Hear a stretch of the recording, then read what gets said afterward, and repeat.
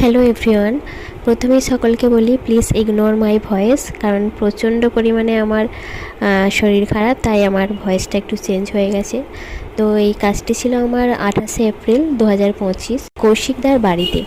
তো কৌশিকদা আমাকে তার আগের দিন মানে 27শে এপ্রিল প্রায় তখন তিনটে নাগাদ আমাকে কল করে বলে যে লিজা, হ্যাঁ তুই আমাদের বাড়িতে আসতে পারবি, মেহেন্দি পড়ানো আছি, 10-12 জন মতন করবে।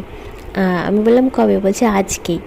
আমি বললাম সে কী গো, এই আজকেই বুকিং? তুমি এই 3টের সময় ফোন করে বলছো, আর আমি তখন হরিপালের বাড়িতে থাকলেও হতো, মানে বাপের বাড়ি আর কি।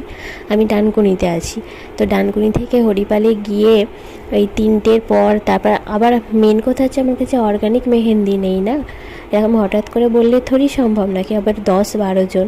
তো আমি বললাম যে আজকে তো সম্ভব নয়, দেখো। তখন কৌশিকদা বলে ঠিক আছে, তাহলে তুই কালকে সকাল করে চলে আয়, আর পারলে সাথে কাউকে নিয়ে আসিস, কারণ অনেক সবাই করার আছে।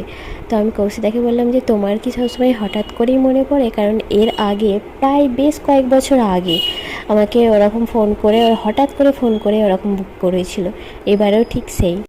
তো কয়েক বছর আগে যখন কৌশিকদাদের বাড়িতে কাজে গিয়েছিলাম সেটারও এক গল্প আছে, তো সেটা আমি কোনো এক নেক্সট ভিডিওতে শোনাবো। আজকের মতন টাটা।